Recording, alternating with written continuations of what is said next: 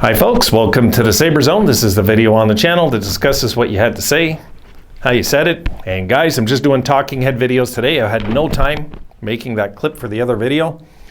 It took a while. So I want to get on this. I want to put a few little videos out tonight. And I'll try to be back in the swing of things tomorrow, guys. Okay, here is the clip. And UJ gets the shutout. He goes, since this past March, I've been convinced that the Sabres are going to shock everyone way sooner than people think. I'm talking a large chance at playoffs this coming season and almost 100% certainty playoffs for 2 seasons from now. Kind of my feel on this too, UJ. Kind of the way I feel. This is why I clipped it out and why I'm making a video on it. I kind of feel the same way. I think the Sabres could shock a lot this year. We shocked last year. You know, we forget that. We kind of surprised the league last year. Everybody picked us to be the worst team in NHL history, and we were competitive all year. Really, we had that one big slump there where we started 5-1-1, then we went to something like 12-19 or something like that. We hit that rut, and that was it. So we hit like a 20-25 game stretch where it looked like the old Sabres were back, and then we started getting good again. And this time it stuck around. So I think we can shock this year. I think a lot of fans are expecting the Sabres. They're starting to lay off, leave us alone. They're you know what I mean? They're starting to say maybe they're going to do something over there because we're showing all the signs in the pipeline. We're showing all the signs in the way we closed out the season. And I can't recall anybody yet who said we got ripped off in the Jack Eichel deal. Really. And everybody said we're going to get slammed in that deal no matter what. He has a broken neck and all this. And we fared pretty good. So we did good. Adams hung tight and kept his fingernails. And no matter how many times the pressure was in the Sabres fan base to get something done, he just kept hanging on. Said, no, I'm going to wait. I'm going to wait. So we did the right things last year, and we even had the right kind of season as a comeback season. 32-39 was pretty damn impressive for that roster. It really was, you know. When you're the lowest paid team in hockey, by far, I don't care what you say, you're supposed to be the worst team. You're just supposed to be. You're spending the least amount of money of the entire NHL, and you finish in front of 8 teams. You finish in front of a quarter of the league doing that in a season where there was so much doubt, so much negativity, so many injuries. We had a ton of injuries too. We had a lot of injuries last year. A lot of things that could have went wrong did last year. They did. We know this. But the Sabres just kept persisting. And I think maybe that's what UJ is maybe seeing himself, maybe saying a note like that, because I feel the same way. I feel like, yeah, something can happen this year for sure. Something could. I was just saying that a few videos ago, actually. Yeah, something could happen where we're not expecting this team to do what they do. And that's a good feeling for a fan like me, because now I know there's going to be a fun season ahead, most likely.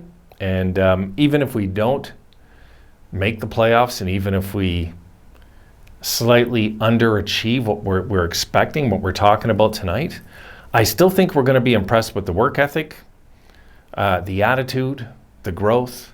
I think all the signs will still be there, is what I'm saying, regardless of the wins and losses. We might have another season just like last year where, you know, under 500 within 10 games again. We might. There's no way to know for sure. We might be 10 games over. And then, guys, I talked about the 73-74 Sabres and then the 74-75 Sabres, where we went from 2 games under 500 to 33 over the next year. You know, these are the things that we should look at and say, well, it's possible, right? Historically speaking, we've done that already.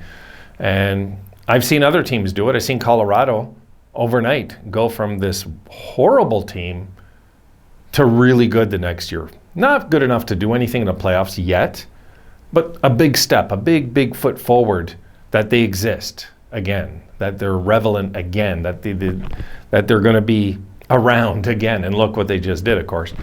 So if the Sabres can just go in that path, kind of follow the same footsteps as certain other teams have, historically speaking, in the league, we could surprise this year.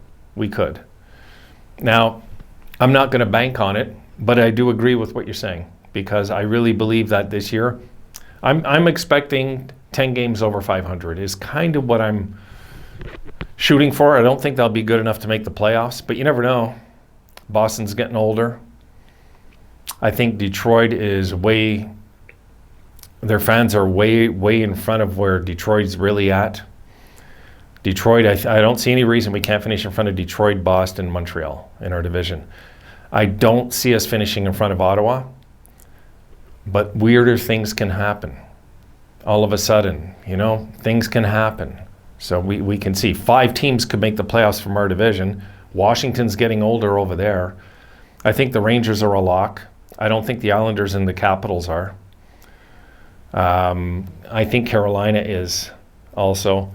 And you know what? I got to say Pittsburgh. I do. Because Pittsburgh have the Hall of Famers. They just, there might be another playoff run in that team, let alone forget making the playoffs. There might be another run in that team, my goodness. So that could be the 3 that get in over there. And then it could be 5 from our division. Weirder things can happen. It could happen. But if it doesn't, at least I'm not setting up, I'm not going to set myself up to expecting the playoffs this year. I'm going to hope they get in. I don't see why not. But yes, the year after, when the kids are older and we're starting to stabilize, I don't see any reason why we can't just continue from that point on getting better and better and better. Now, again, we're going to have to see how things pan out. There's going to be some youngsters we might have to move. Contracts, guys. Contracts. Will Middlestat work out as a Sabre? We're going to know this year. This is, for me, kind of a make or break year for Middlestat this year. And I don't want to pick on him last year. He was injured.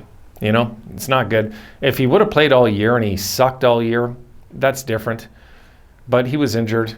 And and the same thing for Olofsson. I realize, his wrist was, but the thing is, if you're going to take up ice time, you better produce.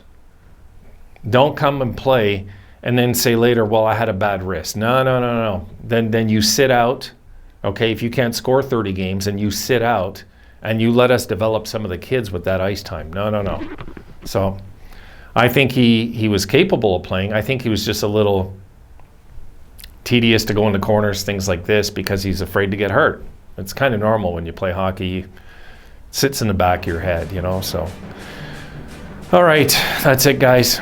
Done. I think I'm done talking to them tonight. I'm tired, and I want to jump on these videos, get them out there, and I want to.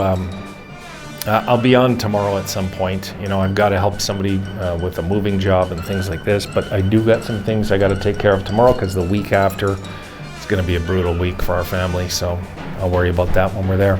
All right, guys. Have a great night.